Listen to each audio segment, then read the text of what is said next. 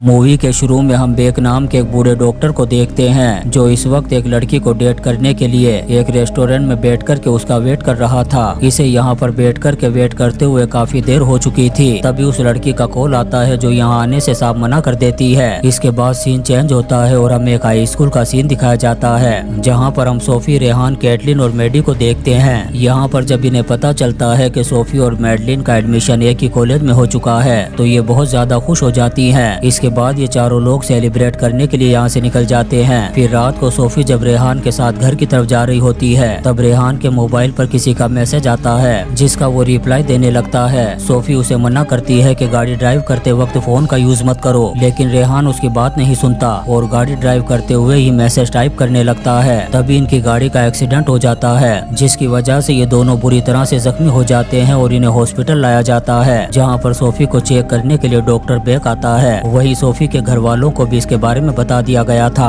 थोड़ी ही देर में सोफी की फैमिली के लोग भी हॉस्पिटल पहुंच गए थे। इसके बाद उसे सर्जरी के लिए ऑपरेशन थिएटर में ले जाया जाता है। इस ऑपरेशन को डॉक्टर बेक कर रहा था जो काफी देर चलता है और सोफी को बचा लिया जाता है। ऑपरेशन के बाद सोफी को एक प्राइवेट वार्ड में शिफ्ट कर दिया गया था। जब रात होती है तो डॉक्टर बेक उसे चेक करने के लिए उसके वार्ड में जाता है, लेकिन सोफी की खूबसूरती देख करके उसकी नीयत खराब हो जाती है। वो उसे किस करने की कोशिश करता है तभी सोफी को होश आ जाता है, लेकिन सोफी अभी भी पूरी तरह से होश में नहीं थी। तभी उसकी फैमिली के लोग भी वार्ड के अंदर आ जाते हैं। तब वो उनसे पूछती है क्या मेरे पास अभी थोड़ी देर पहले रेहान आया था? तब उसके घर वाले उसे मना कर देते हैं। दरअसल डॉक्टर जब सोफी को किस करने की कोशिश कर रहा था तब वो पूरी तरह से होश में नहीं थी, इसलिए उस डॉक्टर को पहचान नहीं पाई। अगले दिन वो डॉक्टर फिर से सोफी के वार्ड में आता है और उसकी पट्टी बदलने लगता है। एड्रिन उस डॉक्टर की हरकतों को देख लेती है जिसे ये बिल्कुल भी अच्छा नहीं लगता। फिर कुछ दिनों बाद सोफी को हॉस्पिटल से डिस्चार्ज करने का वक्त आ जाता है। तब वो डॉक्टर भी एक नर्स के साथ सोफी को बाहर छोड़ने के लिए आता है। सोफी भी जाने से पहले डॉक्टर के गले लगती है और उसे थैंक्स कहती है। यहाँ पर हम देखते हैं कि वो डॉक्टर सोफी को गले लगाते हुए गलत तरीके से टच कर रहा था।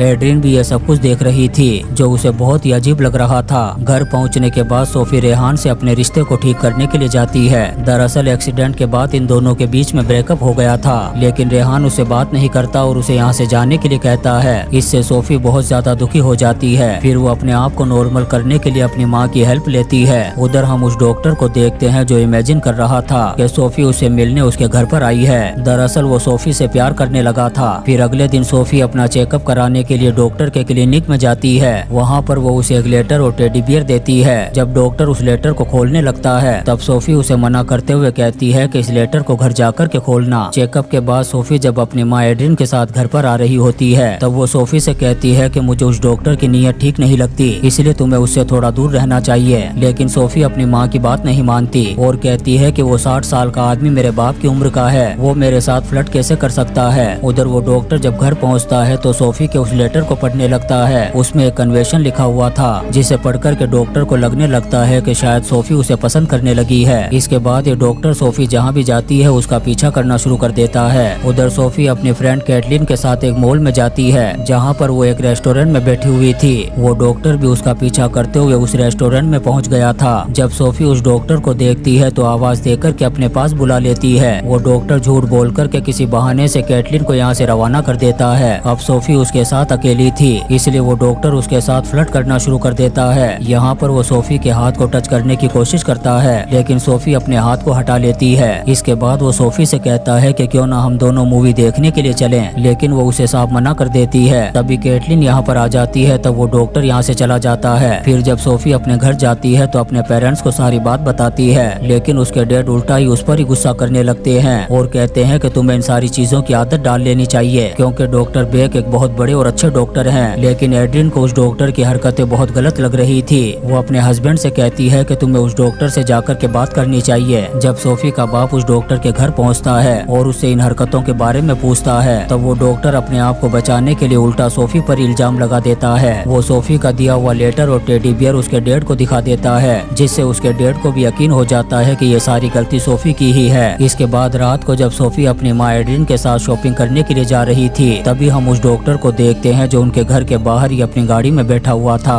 और उनके बाहर जाने का इंतजार कर रहा था। जब ये दोनों माँ बेटी शॉपिंग के लिए चले जाते हैं तब मौका देख कर के डॉक्टर इनके घर के अंदर घुस जाता है और सोफी के रूम में जाकर के उसके कपड़ों को सूंघने लगता है। वो सिर्फ यहीं पर नहीं रुकता बल्कि सोफी के बेड बेड पर लेट जाता है और उसके तकिए को अपने सीने से लगा करके इमेजिन करता है कि जैसे सोफी उसके साथ सो रही हो। काफी देर बाद सोफी अपनी माँ के साथ घर वापस आ जाती है, लेकिन वो डॉक्टर अभी भी उसी के रूम में उसी के बेड पर लेटा हुआ था। जैसे ही उसे इनके आने की आवाज सुनाई देती है तो उसे जब भागने का रास्ता नहीं मिलता तो सोफी के ही रूम में छुप जाता है। तभी हम रेहान को देखते हैं जो सोफी से पेचअप करने के लिए उसके घर उसके रूम में आ गया था। इसके बाद ये दोनों बेड पर बैठ कर के बातें करने लगते हैं। वो डॉक्टर भी छुप कर के इन दोनों को देख रहा था। रेहान सोफी को अपनी दादी की रिंग पहनाता है। इसके बाद वो उसे किस करने लगता है। ये सब कुछ वो डॉक्टर छुप कर के देख रहा था, जिससे उसके पिछवाड़े में जबरदस्त मिर्चें लग रही थी। फिर अगले दिन वो डॉक्टर रेहान के अपॉइंटमेंट का वेट कर रहा था और जब रेहान चेकअप करवाने के लिए आता है तो वो डॉक्टर चुपके से उसके फोन को लेकर के सोफी को मैसेज कर देता है। उस मैसेज में उसने सोफी के बारे में बहुत ही गलत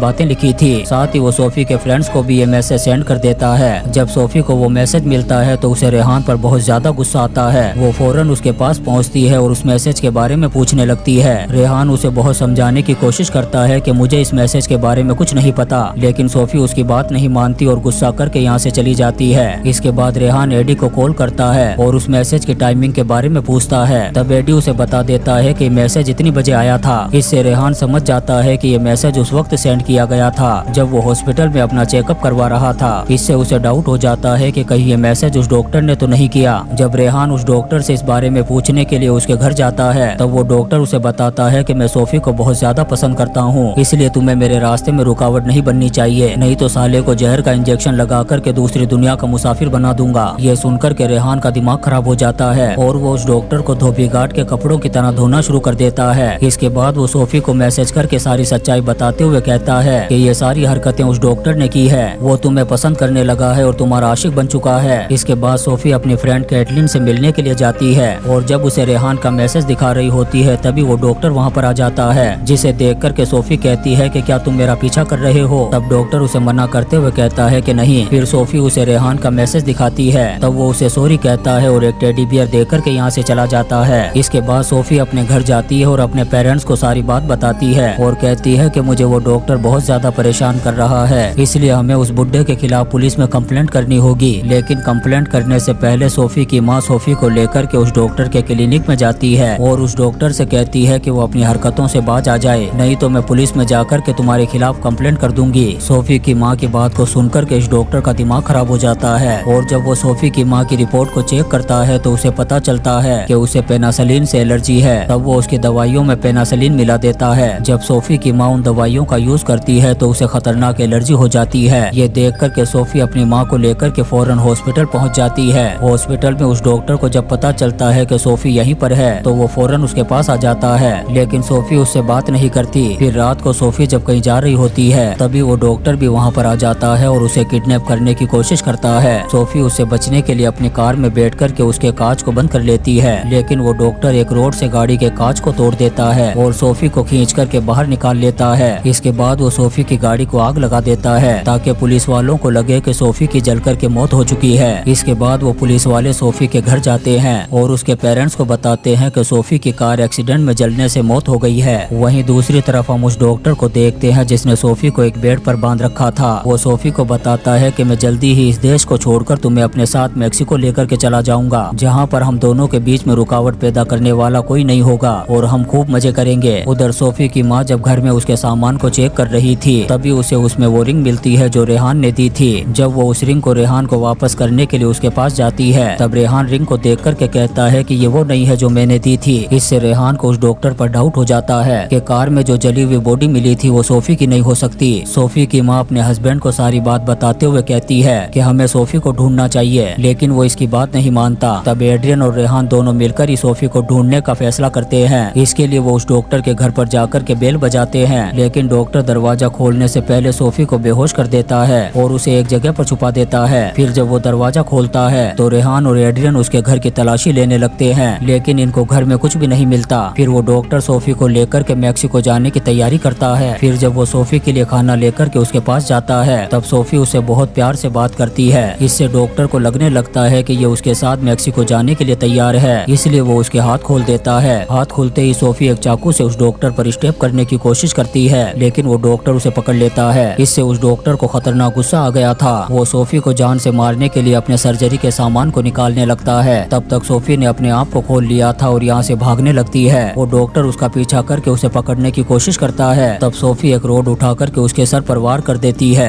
और उसे अधमरा करके अपने घर पहुंच जाती है। सोफी को जिंदा देख करके उसके पेरेंट्स बहुत खुश हो जाते हैं। वहीं हम उस डॉक्टर को देखते हैं जो अब मैक्सिको पहुंच चुका था और एक रेस्टोरेंट में बैठ करके एक दूसरी लड़की को डेट करने के लिए उसका वेट कर रहा था। इससे हमें पता चलता है कि अब ये दूसरी लड़की को सोफी की तरह अपना शिकार बनाने वाला है। इसी सीन के साथ ये शानदार movie stole cat by my doctor खत्म हो जाती है। दोस्तों, हम आपके लिए ऐसी ही इंटरेस्टिंग मूवीज एक्सप्लेन करते रहेंगे, तो आप चैनल को सब्सक्राइब जरूर करें और लाइक और कमेंट्स भी करें। थैंक